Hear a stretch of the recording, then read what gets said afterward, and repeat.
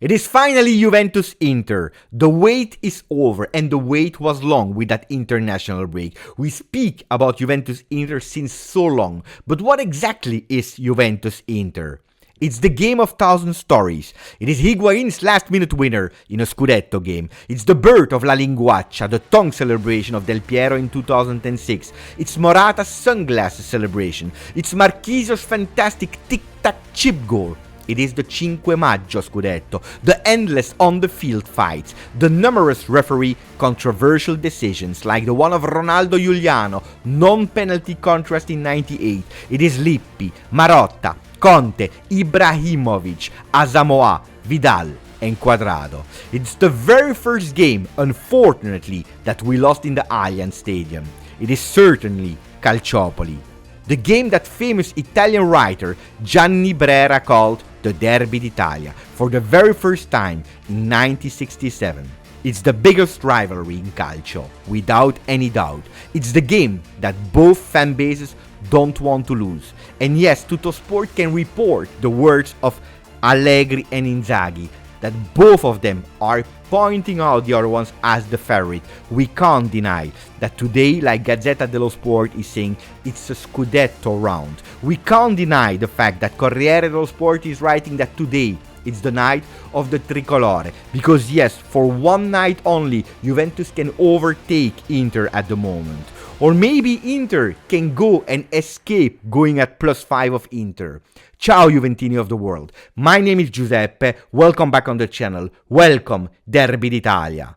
If you didn't yet, please, maximum of like. If you are pumped up, maximum of like. If you can't wait for Juve Inter, maximum of like. And don't forget, if you didn't yet, maximum of comments and subscribe to the channel. Ragazzi, the big question, Locatelli, yes or no?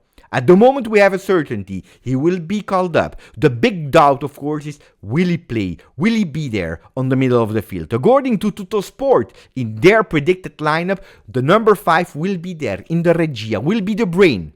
He will be the one that will support our defense. He will be the one that will take the ball and will try to go as fast as possible to find our two strikers that, according to Tuttosport, are Dusan Vlahovic and Federico Chiesa, with Kostic on the left, with Cambiaso on the right. No changes on the right side, we don't care. We start with these men, according to the paper of Guido Vassiago. On the other side, the pink paper of Gazzetta dello Sport is going with Locatelli on the bench, and they are giving the keys of the Regia to Miretti, going back to his OG role, where he started in the first team of Juve, in the Regia, with Rabiot on the left, McKennie on the right. Also for them, Chiesa will partner with Dusan Vlahovic, that is looking for reassurance, that is looking to make the difference in a big game, that is looking the way to come back to scoring goal. And what a night to do it in the Derby d'Italia, Juve-Inter. According to Sky Sport Italia, it will not be Locatelli, but it will be Rabiot as the Regia. Not a brain Regia, but the muscle Regia, to break the lines of Inter midfield. It will be a big battle, a war in the midfield. And there, they are not giving trust to Vlahovic, but they are giving the trust to Moiskin, the Italian one that is looking for his first real goal in Serie A 23-24. I have good news for you, because we don't know how the game will look like. Every single Juve Inter has a different story. But what we know are the stats, the history of that game. That will be game 181 in Serie A between the Bianconeri and the Nerazzurri. 87 wins at the moment for Juventus. 45 draws. 48 times we lost against the Nerazzurri. The good news is that the last time that both teams played against each other, being first and second in the ranking, it was on the 6th of October 2019. What was the score? Juventus beat Inter 2-1. The last 3 times that Inter was on top of Serie A and they played Juventus, they were not able to win. 1 time they drew, 2 times they losses. The 2 times were the game with that head coach of the Nerazzurri was Antonio Conte. Will it be a spectacular game? I don't know. I am not sure. I have actually big doubts about that. Why? Because 2 teams are known for their position in Serie A, for their rivalry, but also for their huge, big defense. 6 goals conceded by Inter, 7 by Juventus. There is only one team in Europe that is doing better than both. It is Nice, the French team, with only 4 goals conceded since the start of the season. The most frequent goal scorer between the two teams of Italy is 1-0 for Juventus. It happened 23 times. And if we are looking in detail at both teams, I'm not expecting the 5-2 from Paris Saint-Germain against Monaco. I'm expecting again a Juventus that is going really low with that block, a low block. And if they are not able to contrast, to block the attempts of the Nerazzurri, it will be Szczesny again that we will call up and asking him for miracles, like he did against Milan on that shot on Inter, like he did against Atalanta, like he did in several games since the beginning of the season. Pay attention, Inter, even if they lost Onana, they continue to play with the feet of the goalkeeper, in that case Sommer, that is taking the ball, that becomes the central defender, waiting for a pressure of the opponents. And that's the dangerous part, because if Juventus wants to press high, if they are unstructured, unorganized, it can be extremely dangerous, because at that moment that Inter goes with their men in counter-attack with their velocity, and that's where they are extremely dangerous. Many goals of Inter happen in that way.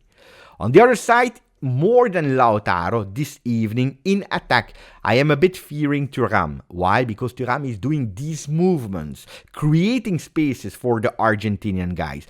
And that's where Rugani has to be extremely intelligent, because if Rugani is following Thuram, it will be Kostic that has to cover him up. With Kostic covering up Rugani, we have no offensive powers on the wing. Pay attention. Another thing that Juventus has to pay attention, if we want to go up, it's not isolating too much our strikers, that it can be Dusan, Milik or Moiskin, but especially not Federico Chiesa, because we saw it when he's playing with the Bianconeri. A lot of time, not only one, but 2 defenders are going on him, making him more difficult to use his fantastic skill, that is the dribble. So attenzione. The games of yesterday are telling us a story why the Derby d'Italia is becoming even more important. Salernitana won over Lazio with a fantastic goal of Cadreva. Not only the position in the ranking of Lazio is really dangerous, but also the position of Sarri on the bench of Lazio is dangerous, because the ex-coach of Juventus could possibly resign or could be sacked. The game between Atalanta and Napoli saw the first Mazzarri Napoli since his comeback, winning over the Bergamaschi, with Osimhen that make also his comeback with immediately an assist. Attenzione, looks like Napoli is back with a different way of playing, not obsessive to go and try to look for Kvaratskhelia, but this time to use the entire team.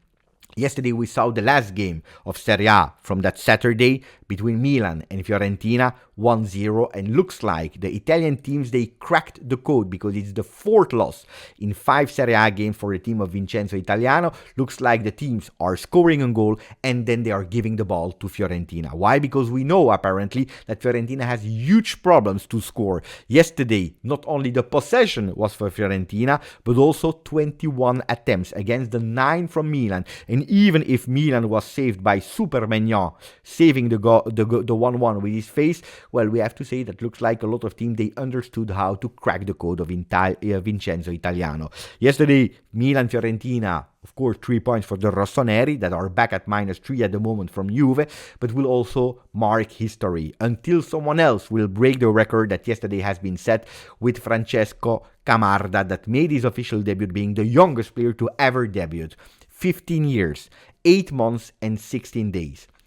Serie A, yesterday, the manager of social media, he had one job, understanding that we are speaking about that since 1 week, and everyone is reporting 15 years, 8 months and 60 days. What did he do? 15 years, 2 months and 60 days. He had one job and he totally failed it. Anyway, 8 months and 60 days from the player born in 2008. Mamma mia. I was really emotional. Not only because I imagined that that guy will score a lot of goals with Italy in the future, but also because 2008 is the year where I became father. My son was born. So looking at that kid entering yesterday San Siro, attenzione, it gave me goosebumps, I have to be honest.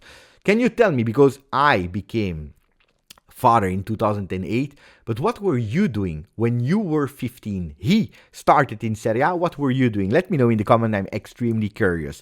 Ragazzi, the games of yesterday, the result of yesterday, South Fiorentina and Atalanta losing, Lazio as well.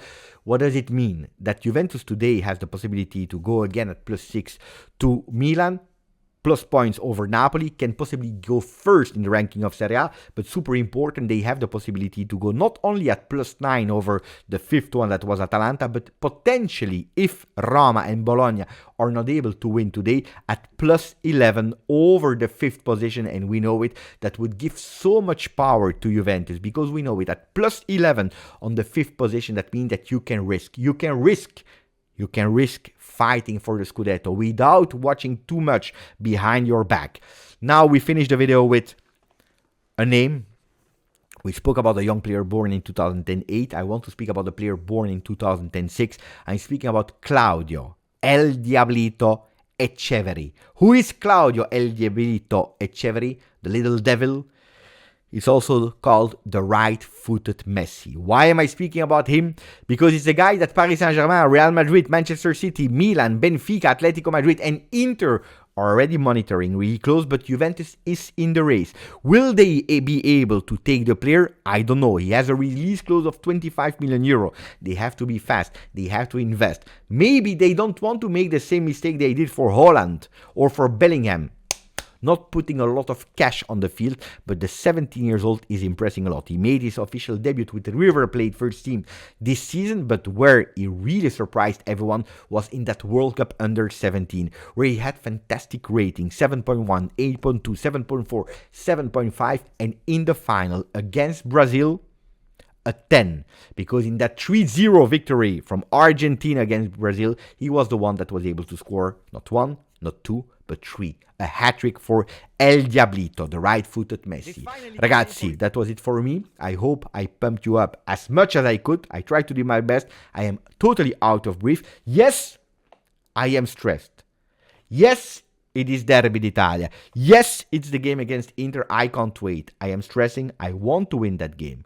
Yes, I want to win it. Let me know a maximum of comments, likes, subscribe to the channel. We see each other later for the post-game of Juve Inter. Grazie, forza, Juve.